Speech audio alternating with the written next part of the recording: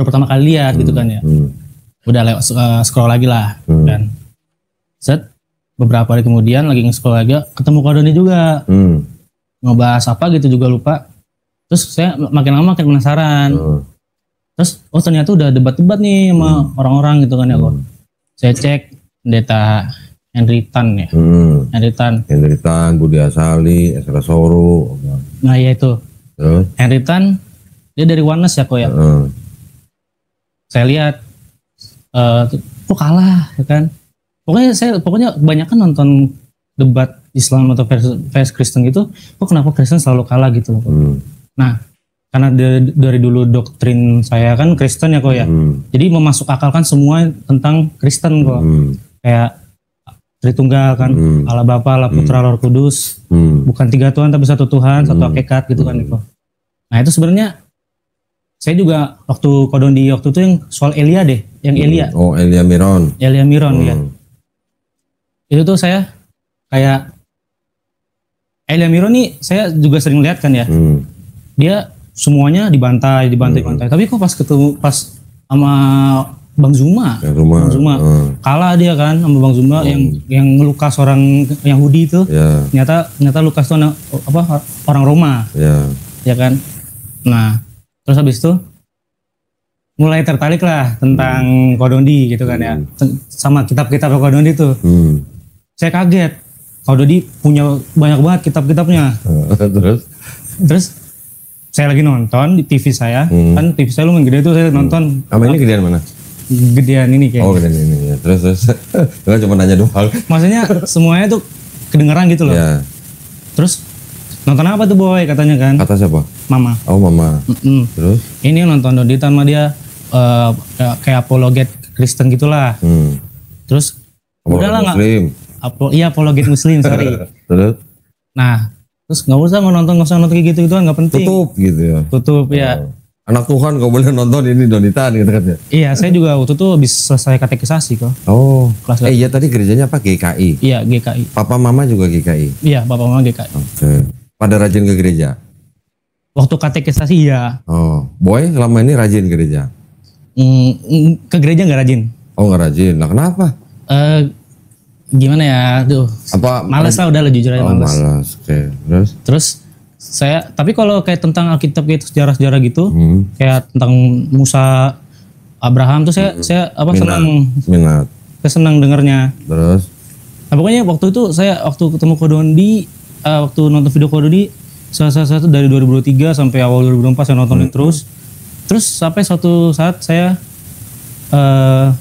bilang ke teman saya Egar ya. Teman apa? Teman sekolah? Teman sekolah ya. Egar ternyata agama gue kayaknya kitabnya perlu dipertanyakan deh. Apalagi yang Kodondi itu yang saya ingat banget tuh yang saya kaget banget itu Kodondi ini 1 Yohanes 5 ayat 7. Iya, yang yang ayat tidak asli. Ayat tidak asli.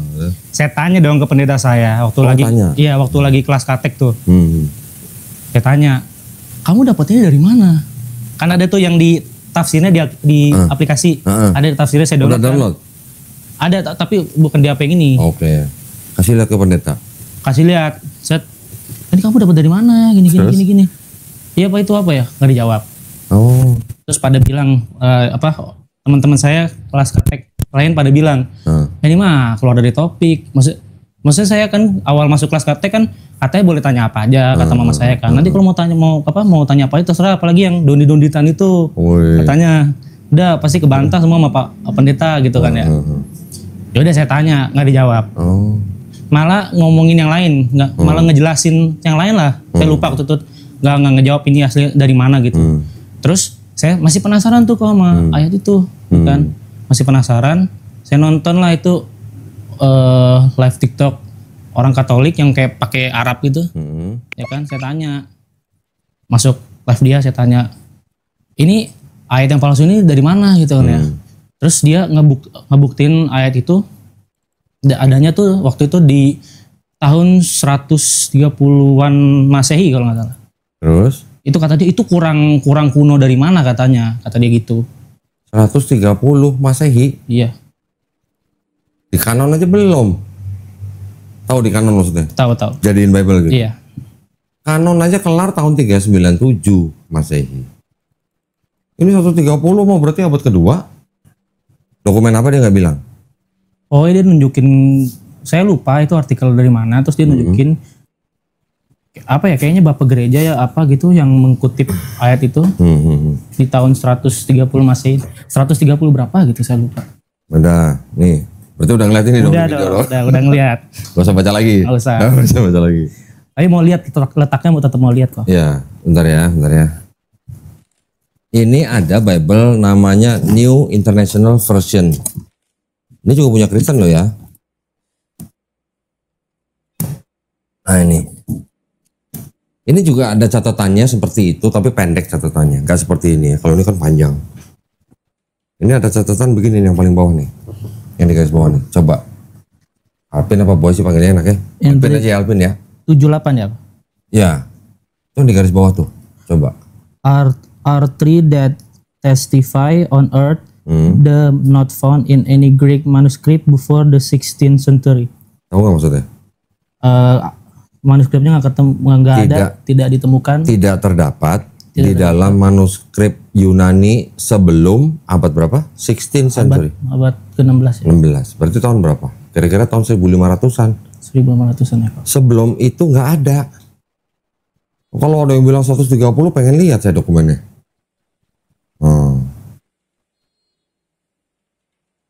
Kalau yang di sini kan nggak disebutin tahun berapa. Itu kan sebutin sebelum abad 16. Sebelum abad 16 berarti sebelum tahun 1500-an gitu. Bible lo yang ngomong, bukan gue lo. Iya kok. Ya. Terus setelah di TikTok, waktu selesai itu, oh ya udah mungkin udah terjawab lah ya. Tapi masih kepikiran kok. Maksudnya saya lupa nanya itu website apa gitu loh. Saya lupa nanya. Sekarang kan logikanya gini, Vin. Kalau misalnya yang diomongin orang di TikTok itu benar, orang itu sama yang nyusun Bible ini lebih tahu mana kira-kira? Yang nyusun Bible. Ini kan, kenapa nggak ditulis di sini? Adanya baru tahun 130 Masehi misalnya gitu, kayak orang itu ngomong. Logikanya aja gitu kan. Sedangkan di sini berani-beraninya bilang ayat ini pasti tidak asli. Yang ngomong dia, bukan gua. Ini kan yang ngeluarin bukan satu orang, satu lembaga. Namanya Lembaga Biblika Indonesia. Ini ada tulisan ini. Lembaga Biblika Indonesia. Kalau yang Bible-nya Alvin itu kan LAI. Iya. Lembaga Alkitab Indonesia. Ini Lembaga Biblika Indonesia. Memang teks perjanjian lamanya dia ngambil dari LAI. Ya. Tapi catatan-catatan itu berasal dari LBI. Benar.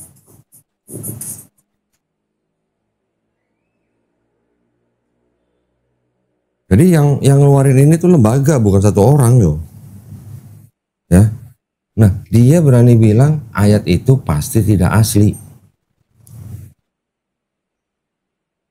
Nah, sekarang gini. Kan ada tulisan ini. Tidak untuk diperdagangkan. Nah, jemaat nggak bakal dapat ginian. Kok Doni dapat dari mana? Ada deh gitu. Nih lihat nih, 2009 dipersembahkan kepada umat Katolik Indonesia oleh Direktorat Jenderal Bimbingan Masyarakat Katolik Departemen Agama Republik Indonesia. Resmi nggak? Resmi dong. Resmi lah. Percetakannya Arnoldus ND. Memang kalau percetakan Arnoldus ND ini memang dia khusus mengeluarkan Bible-Bible yang dipakai di kalangan Katolik. Gitu. Berarti sini ada Deuteronikanya? Ada. Ini ada Deuterokanonikanya. Ya oke lah, whatever. Orang kan boleh berpendapat. Ya yang gue pegang kan yang resmi-resmi aja. Kalau cuma pendapat kan harus bisa membuktikan gitu. Apalagi ada Bible yang lain bilang ini punya Protestan nih, ini Katolik, ini Protestan. Yang Protestan bilang ayat itu tidak ada di setiap manuskrip Yunani sebelum abad 16. Berarti sebelum tahun 1500 ayat itu belum ada. Gitu. Nanti ada yang bilang di abad 8 ada, di abad itu kan berarti udah belakangan.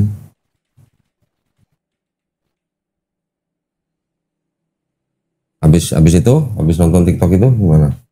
Habis nonton TikTok itu ya udah kok kepikiran aja terus. Itu tahun 2000 berapa? 2003 2024 awal. Oh 24 awal. Iya.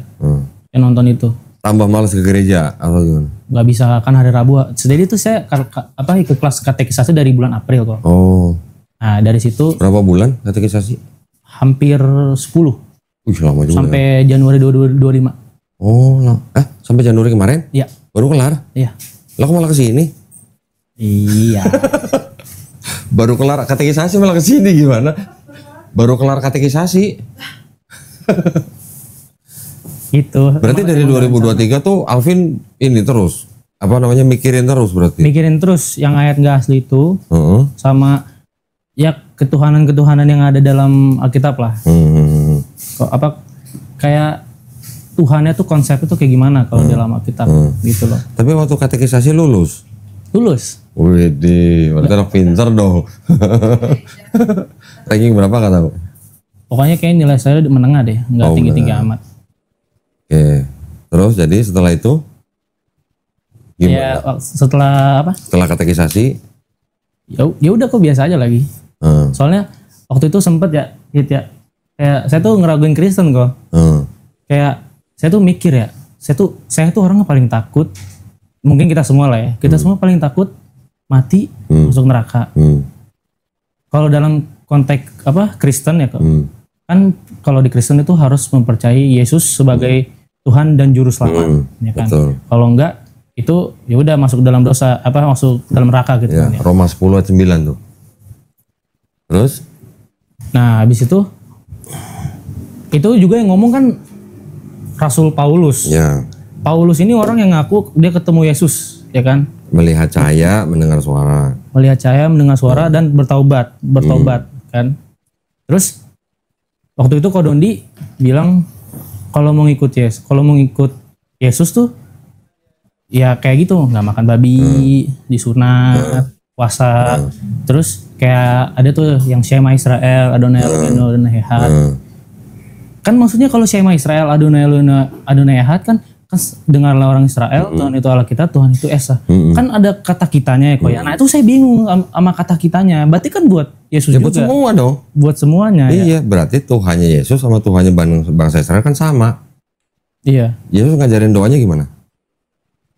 Yang Bapak kami. Bapak kami kan? Iya, Bapak kami. Bukan Bapak kamu kan? Bener gak? Bapak kami berarti bapaknya murid Yesus dan bapaknya Yesus kan sama. Iya. Berarti Yesus punya bapak. Gitu kan? Iya. Ada lagi nih, kayak gini nih. Sekarang Yesus ngomongnya begini nih, ini jelas banget. Sebenarnya kurang jelas, apa aku juga bingung loh. Ayat 25, Matius 11:25. Pada waktu itu berkatalah Yesus, aku bersyukur kepadamu, Bapa, Tuhan langit dan bumi, karena semuanya itu engkau sembunyikan bagi orang bijak dan orang pandai, tetapi engkau nyatakan kepada orang kecil. Yesus ngakuin ada Tuhan, ya kan? Iya. Berarti jelas nggak? Bapak itu Tuhannya Yesus berarti. Nggak perlu ditafsirin lagi sebenarnya. Apa yang mau ditafsir coba? Coba tafsirin gimana? Kalaupun ada tafsir yang bilang, ya benar Bapak itu Allah yang di surga, Yesus itu sebagai firman yang ada di bumi. Firman berasal dari Allah, itu doktrin Trinitas. Yesus buat orang Kristen, buat orang Katolik tetap disebut Allah. Kenapa? Karena dia berasal dari Bapa. Itu doktrin. Tapi ketika melihat kejadian-kejadian yang ada di dalam Bible, Yesus tidak menggambarkan sifat ilahi, kecuali dia bisa menyembuhkan orang sakit, membangkitkan orang mati. Tapi di lain pihak dia nggak tahu kapan musim buah ara, dia nggak tahu kapan hari akhir. Di suatu kesempatan juga tidak membuat mukjizat gitu. Artinya ada sifat-sifat manusia yang berlawanan dengan sifat ilahi. Setiap kali ada ayat-ayat begitu, nanti sama pendeta, ya itu kan dia lagi jadi manusia. Tapi ya kita sebagai manusia nih, Alvin, Syahid, coba kita pikir. Setiap manusia punya kodrat nggak? Punya. Tahu kodrat ya? Tahu. Sifat gitu ya? Sifat manusia. Bisa nggak Alvin terbang seperti burung? Nggak bisa. Nggak bisa. Kenapa? Nggak punya sayap. Nggak punya sayap. Bukan ininya. Berarti kodrat kita bukan seperti burung. Tidak seperti burung, tidak bisa terbang seperti burung. Mungkin bisa kalau kita pakai alat ya. pakai jet gitu misalnya. Jet, ya. Itu alat bantuan, tapi kodratnya kan bukan seperti burung. Nah, apakah Tuhan yang Maha Esa ini bisa melawan kodratnya sendiri dengan menjadi manusia? Kalau orang Kristen, pendeta bilang Tuhan itu Maha Kuasa, pasti pernah dengar. Iya. Karena dia Maha Kuasa, maka dia bisa jadi manusia. Pernah, sering banget dengar. Bener kan? Kalau gitu bisa nggak jadi iblis? Waduh. Halo. Nah lo. Bukan Tuhan lagi dong. Nah makanya. Kalau dia Tuhan bisa jadi manusia juga sama kan? Udah bukan Tuhan lagi. Kalau Tuhan itu bisa jadi iblis juga udah bukan Tuhan lagi. Karena apa? Karena sifatnya manusia sama sifatnya iblis ini bertentangan dengan kodratnya Tuhan yang Maha Esa. Bener sih. Ya kan? Kan Tuhan Maha Suci, Tuhan Maha Baik, Tuhan Maha Benar. Nah kalau manusia, apa Maha Benar, Maha Suci, Maha Baik? Enggak ada mahanya. Nah itu. Kan nggak bisa Tuhan yang Maha menjadi yang tidak Maha. Itu kalau nggak salah, kalau kata Pak Pendeta saya, itu 100% manusia, 100% Tuhan katanya. Itu hasil konsili Kalsedon tahun 451 Masehi. Gereja menetapkan Yesus sepenuhnya Tuhan, sepenuhnya Allah atau Tuhan. Itu hasil konsili, hasil muktamar gitu. Hasil kesepakatan bapak-bapak gereja abad 5. Gara-gara konsili itu, ada gereja yang pecah, nggak setuju, jadi gereja timur. Oh. Yang setuju jadi gereja Pentarki. Gereja Pentarki ada di Roma, Alexandria, Yerusalem, Konstantinopel, Antiok. Abad 5 tuh. Abad 11 baru pecah Katolik dan Ortodok. Oh, berarti Katolik Ortodok belakangan? Baru abad 11. Jauh banget. Tahun 1054 tuh ada bagannya tuh. Wih, ini apaan? Yang bikin itu PhD loh. Ini ya kok? Ya, ini, yang ini nih. Nih gue kasih lihat nih. Audionya oke nggak Tok? 1054 tuh. The Great Schism, Roman Catholic Church, Ecumenical Patriarchate of Constantinople. Ortodok tuh. Katolik, Ortodok Timur. Nah, ini waktu habis konsili Konstantinopel, Kalsedon ya, pecah tuh. Ada yang menjadi gereja Timur. Gereja Timur ini yang membawai ada gereja Santo Thomas, ada gereja Assyrian, ada gereja Timur kuno dan sebagainya. Dari 5 kota ini yang menjadi cikal bakal Katolik. Konstantinopel cikal bakal Ortodok. Alexandria cikal bakal Oriental Ortodok, dan Antiok nih 2 nih menjadi cikal bakal Ortodok. Yang Yerusalem ini yang menjadi Greek Orthodox Patriarchate of Jerusalem. Buset, banyak banget ya. Ini baru Katolik ya. Katolik pecah lagi, Protestan abad 16, 1517 sampai 1648 nih. Martin Luther. Di sini baru pecah lagi, ada Lutheran, ada Anglikan, ada Reform, ada apa lagi nih? Anabaptis, ada Baptis, ada First Great Awakening, ada Methodist. Oh. Nah, macam-macam nih, ada Second Great Awakening. Sampai di sini nih kalau nggak salah daerah sini nih ada Kristen malah yang melegalkan pernikahan sesama jenis. Hah? Loh kok Nanti gue tunjukin. Di sini nih ada kelompok Kristen Protestan yang nggak percaya Trinitas. Salah satunya apa? Nih, Saksi Yehova. Oneness ya Pak? Bukan, Saksi Yehova. Saksi Yehova ini sebenarnya pemikirannya sama dengan yang di sini nih, Arianisme. Cuman ini baru dimunculkan kembali tahun 1881. Nanti ada lagi Mormon, pernah dengar Mormon? Nah, udah gitulah. Ini sekarang total ada yang bilang 45.000, ada yang bilang 60.000. Ini pecahan semua kok. Pecahan semua. Nah, Alvin di mana? Calvinis, ya, GKI. Nah, berarti yang ini, yang Reform. Ini Reform. Ya, nanti Reform ini timbul menjadi ada yang Presbyterian, ada yang Reform ini, ada macam-macam tuh Reformnya. Nanti di sini baru salah satu adalah Calvinis. Pernah tuh di tugas katekisasi kok. Itu disuruh apa? Jadi tuh kayak ngejelasin apa? Kayak tata ibadahnya, terus apa namanya perjamuan kudusnya kayak gimana. Itu tuh jadi waktu itu saya dapat yang Anglikan. Oh, Anglikan. Tahu Anglikan kenapa? Bisa timbul Anglikan kenapa tahu nggak? Nggak tahu. Raja Henry ke-8, Raja Inggris dulu punya istri lebih dari satu. Salah satunya mandul. Raja Henry ke-8 minta izin ke Vatikan untuk menceraikan istri yang mandul. Ditolak sama Vatikan, nggak boleh cerai. Ya daripada gue ditolak, gue tetap mau ceraiin, akhirnya dia bikin sendiri gereja Anglikan namanya. Oh, ini berarti yang baru ya, kok gereja baru? Iya, Raja Henry ke-8. Jadi isinya tidak hanya semua mengenai teologi, tapi juga ada unsur-unsur politik, ada unsur-unsur kerajaan dan sebagainya. Oh, jadi nggak sepenuhnya teologi ya, Pak? Ya, kalaupun ada perbedaan teologi, bedanya tipis-tipis. Contoh,